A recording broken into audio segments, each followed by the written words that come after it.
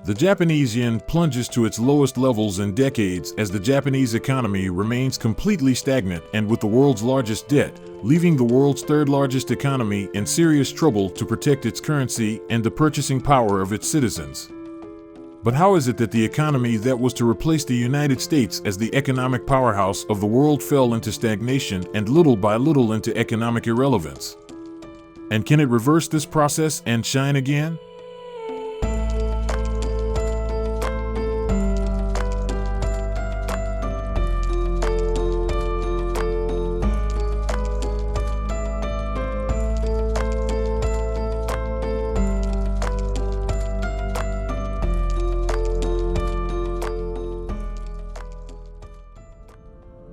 In the late 1980s, Japan was poised to replace the United States as the world's largest economy, in what remains as one of the greatest economic miracles in history. For a small archipelago with few natural resources to scale to this point, only a couple of decades after being destroyed in the Second World War, remains as an object of study for people around the world in economics, management, culture, production, among other areas. However, since the early 1990s, Japan has entered into a massive stagnation that completely wiped out the possibility of overtaking the United States and now ranks third in the world economy, with a debt of more than 260% of its economy and a currency that has lost more than 20% of its value in the last year. Let's see the story of how this miracle was born and is now seeing its decline.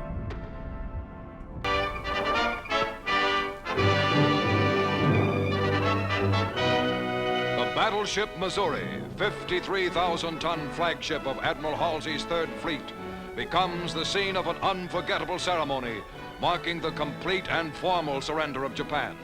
After its Axis allies had been defeated in Europe, suffered the deaths of millions of its citizens, and the detonation of the atomic bombs on Hiroshima and Nagasaki, Japan officially surrendered on August 15, 1945, ending the Second World War. But despite having been rivals in the war, the United States would see Japan as a strategic ally in the face of the advance of communism in the East and would offer protection to Japan, food, that it would not have to give war reparations to avoid another case like Germany's, and would oversee a new constitution with Western values that included limited and representative government, equality of women before the law, democracy, private property, and individual liberty. These changes, and a culture focused on savings, work, education, and constant improvement or kaizen, would release enormous potential that would allow Japan to grow rapidly over the next few decades, with growth of 9% between 1955 and 1973, and with more than 4% in the following 17 years. And with its automotive industry, video game consoles, televisions, cameras, household appliances, among many other products being recognized throughout the world as of high quality. But despite its great technological development, many interventionists' economic practices would originate in the Japanese economy that would later cause serious problems for the Japanese and for many other countries around the world. With the operations of the central bank to devalue the yen with respect to other world currencies being one of them, and allowing them to be much more competitive in their exports than other economies at the expense of the Japanese consumption capacity. A Japanese car could be worth a lot less than an American one in international markets thanks to the artificially low yen, thus putting pressure on General Motors, Ford, and Chrysler. This practice would later be replicated by other countries, especially China. I, Ronald Reagan, do solemnly swear that I will faithfully execute the office of President of the United States. that I will faithfully execute the office of President of the United States. But this practice would come to an end for Japan in 1981 with the rise to power of Ronald Reagan, who would impose special tariffs on Japanese imports to prevent them from continuing to destroy American industry, especially the car industry, which produced a large number of jobs. But this trade war, in which Japan was much more vulnerable, would quickly end in 1985 with the famous Plaza Accord. This agreement, which receives its name from the Plaza Hotel where it was signed, was an agreement between the United States, West Germany, France, Japan, and the United Kingdom, in which the participants agreed to take actions to revalue their currencies, which had been completely relegated compared to the dollar, taking away their purchasing power abroad and the ability of the United States to export. Although because of these agreements, a lot of people has been blaming the United States for the stagnation of Japan, the reality is that its internal actions are the real culprit and the reason why it was the only one of the 5 participants that suffered from the stagnation of its economy. But hey, where's the fun in not blaming the United States for everything bad that has happened?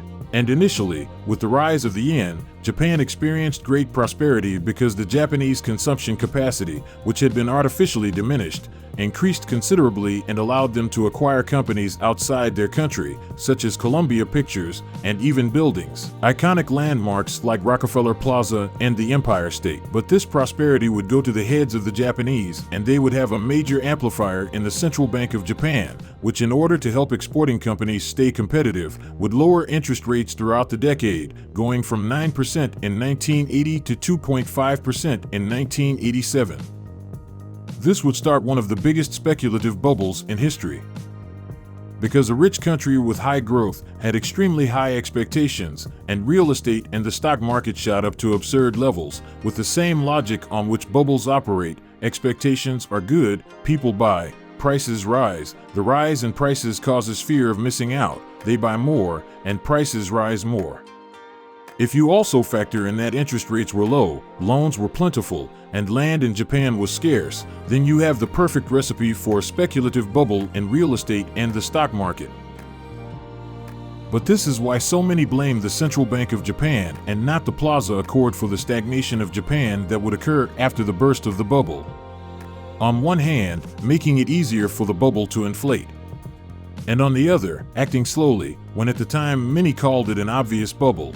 By October 1990, the bears had cut the Nikkei's value in half. Property prices in central Tokyo fell by a third. Japan entered its lost decade. And when inflation got out of control, the Central Bank of Japan acted and started raising interest rates, causing the bubble to burst. As reflected in the main Japanese stock index, which went from 39,000 at the end of 1989 to 20,000 less than a year later, and in property prices peaking in the second quarter of 1991 and then crashing, with neither being able to reach these levels again more than 30 years later, showing the magnitude of this bubble and the Japanese stagnation. But why did the bursting of a bubble, something that has happened and will continue to happen in every economy around the world, at some point trigger Japan's stagnation? Because with the bursting of this bubble, a deflationary phenomenon would be unleashed such as has not been seen anywhere in the world until now, and which remains unresolved for Japan. Although in theory it sounds good, because deflation is the opposite of inflation, therefore a general reduction in prices, the reality is that it is a phenomenon that is much more feared by economists and more difficult to solve, as shown by Japan. But why does it have to be resolved? Isn't positive? Deflation usually occurs when there is a noticeable drop in demand that causes a drop in prices. It is not due to an increase in production due to growth, which would be positive, but rather because people are not able to absorb what is produced, and that is why it is seen as negative. And when the bubble burst, the Japanese found that they had mortgages several times the value of their houses that were now only a fraction of what they had been before, and this forced them to reduce their expenses considerably to pay their debts, generating a drop in demand. That, with a constant production, generated deflation. And up to this point, nothing particular had really happened. And after the bubble and the deleveraging of the system, Japan had everything to start to recover, but it would find itself with a problem associated with this deflation and its own culture. Because Japanese, who are savers by nature, faced with the deflationary panorama to which they became accustomed, preferred to diminish consumption with the expectation that this way they could consume more in the future, and these expectations caused the economy to enter a vicious circle. The Japanese expected deflation, so they spent less and saved more. As there was not enough demand, prices fell, wages stagnated, and expectations of deflation ended up becoming a self-fulfilling prophecy, which in fact is something that happens with inflation. When inflation is expected, prices are increased or salary increases are requested accordingly, and inflation ends up being generated. Suppose a country gets accustomed to 10% inflation. That's perfectly livable. That's something people can get along with. What'll happen? Everybody will know that it's going on. All wages will automatically tend to go up by 10% more a year than they otherwise would. All prices will tend to go up by 10% more. And in an attempt to get out of this vicious circle, the Central Bank of Japan would begin to apply a type of monetary stimulus that was a radical idea at the time but is now widely used: quantitative easing, which broadly consists on the purchase of all kinds of assets to inject money into the economy and lower interest rates. And the Bank of Japan would start to create a lot of money through the purchase of assets to stimulate demand and investment. But having interest rates at zero would not be enough, and many companies preferred not to invest because they would not have demand for their products, causing inflation to not be generated despite the high money creation, because it simply passed from the central bank to the accounts of the people who saved it, or the companies that saved it, or distributed it to their owners who saved it. Something that, as you can imagine, has been a headache for the Bank of Japan and for economists in general. Japan would also begin to lose productivity compared to the rest of the world, currently ranking as the least productive of the G7. Not only the lack of investment and economic stagnation began to work against them, but also other aspects of their culture, such as the fact that people were promoted in companies based on their seniority, causing a minimum labor mobility between industries and companies. And young people, who in the United States led the technological revolution, have a lesser role in Japan. Japan was also characterized by a large number of conglomerates, or keiretsu, which tend to be bureaucratic, inefficient, and slow to adapt, and for this reason have either disappeared or become irrelevant in the United States. And to these problems, a new one would be added at the beginning of the century: its demography. Japan's population is one of the oldest in the world, and the birth rate is falling rapidly, making the overall population dwindle and older.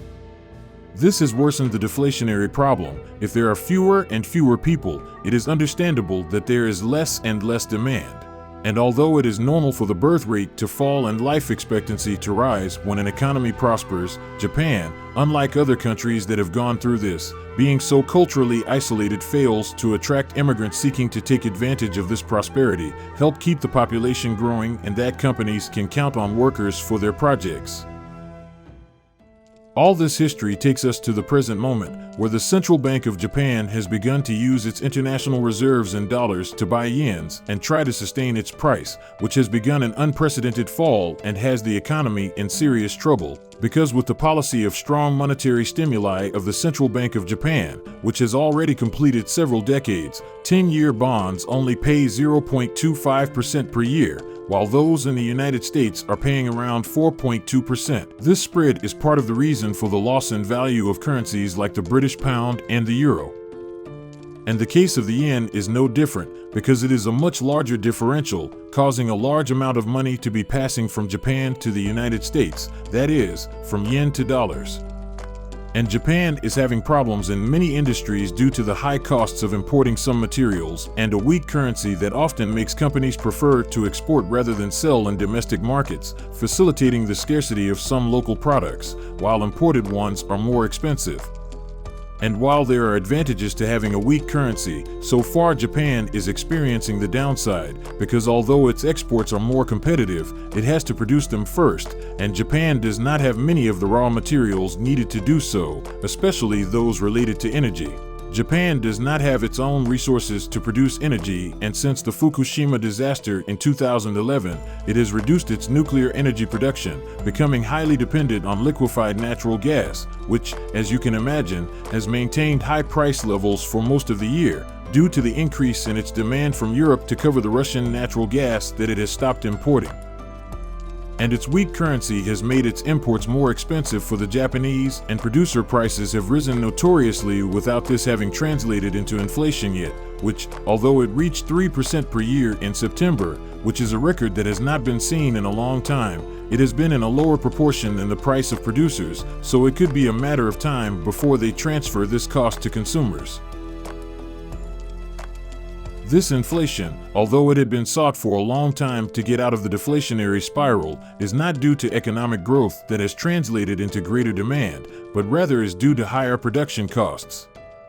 And although the Central Bank of Japan has tried to strengthen the yen precisely because of all this, the reality is that its hands are tied. There is a limit to the use of their dollar reserves because they obviously don't have infinite dollars, and since Japan is one of the largest holders of US bonds, there is a risk that if they sell too many bonds, the rate will go even higher and attract more investment and strength to the dollar. And while it could start raising interest rates to attract investments, it faces two big problems. The first is that it would have to raise rates to levels not seen in this century to being able to compete with those of the Federal Reserve, with the risks that this implies for an already stagnant economy. And the second problem is that after decades of stagnation and deflation, the government has a debt of more than 260% of the economy. And if interest rates rises, all the new debt will generate higher interest costs that would make that deficit and that debt worse, putting them in a vicious cycle. This has put the central bank in a tight position and has forced them to not take any decision so far, continuing the massive money printing. And before I tell you what could be in store for the Japanese economy in the future, remember to subscribe and share this video if you have found this information useful. The future of Japan is extremely uncertain, and the solutions to its problems are speculative at best, as it is one of the most unique economies in history and where the usual rules do not seem to work as expected. It is not only its exorbitant debt, but the fact that Japan's central bank now owns 70% of government bonds, 15% of corporate debt, and 7% of Japanese stocks, as an example of how unusual as this economy has become. What is clear is that its main problem is demography. Older people represent a great social burden, and the lack of young people makes the panorama for entrepreneurship and innovation extremely complex. But with young people working excessively and with very little time to develop social relationships that allow them to start a family, it seems that the solution is not within the archipelago, although mitigating this problem with migration is not easy anywhere, and probably less so in Japan, where less than 3% of the population is born outside the country, which is very indicative of the closedness of its culture. But the country that created one of the greatest miracles in history could surprise us, and with the opening of its culture, begin to solve not only the demographic problem, but also in the process attract investment and talent from the rest of the world that allows it to recover its competitiveness. Because despite everything, Japan continues to be one of the most prosperous places in the world, with a quality of life, level of security, and human development indices surpassed by very few. That, with the appropriate opening to the rest of the world, could be the fertile ground that returns this country to the path of growth. And do you think that Japan will be able to get out of its stagnation? I would like to know your opinion. See you next time. Bye.